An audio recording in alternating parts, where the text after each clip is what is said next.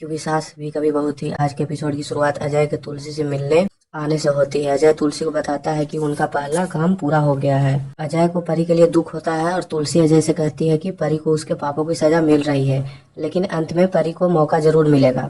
सुभाष रणविजय की चतुराई की तारीफ करता है और उसे बताता है कि उसने अजय को तुलसी के साथ देखा था।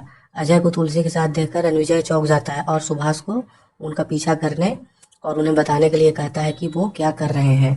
अजय तुलसी को अपने फैक्ट्री में माल दिखाने के लिए लाता है और सुभाष उसके पीछे जाता है। रणविजय सुभाष से पूछता है कि तुलसी और अजय यहाँ क्या कर रहे हैं।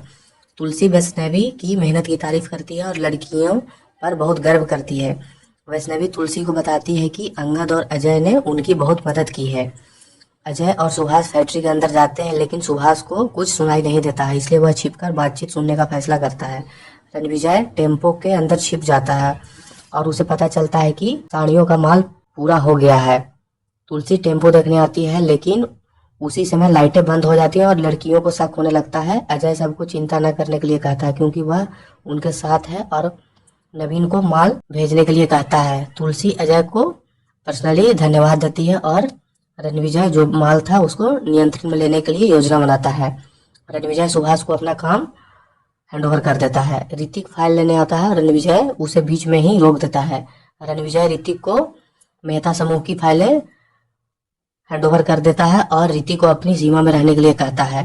रणविजय ऋतिक को एक कुटिल व्यक्ति कहता है और मिताली को चरित्रहीन महिला बताता है। रणविजय ऋतिक को अपनी पत्नी पर हाथ उठाने के लिए कहता है और ऋतिक रणविजय से कहता है कि उसकी माँ ने उसे कभी महिलाओं पर हाथ उठाना नहीं सिखाया है और नोइना बहस रोक देती है।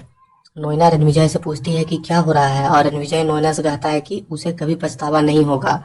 रणविजय नोइना को याद दिलाता है कि उसने भी उसकी मदद की थी और उसे बताता है कि तुलसी ऑर्डर पूरा करने वाली है।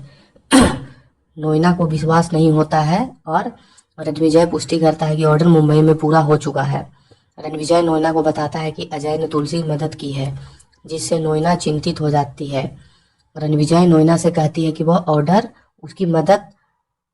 वह उसकी मदद कर सकता है और कहता है कि वह ऑर्डर को इस तरह संभालेगा कि तुलसी का ऑर्डर देर हो जाए। रणविजय सुभाष को टेम्पो पर नजर रखने और खेप को रोकने के लिए कहता है। नोइना पार्थ को सेटअप तैयार करने के लिए कहती है और पार्थ हैरान रह जाता है। नोइना ने पार्थ को अपने अनुसार काम करने का आदेश दिया था। नोइना मिहिर को बताती है कि जल्द ही उसे तुलसी का ऑर्डर मिल जाएगा और वह बताती है कि तुलसी कोर्ट केस में व्यस्त है।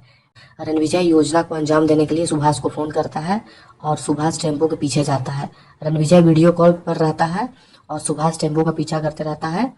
टेम्पो रुक जाता है और सुभाष उसमें पेट्रोल छिड़क देता है। सुभाष माल को जला देता है और रणविजय टेम्पो को जलते हुए देखता रहता है।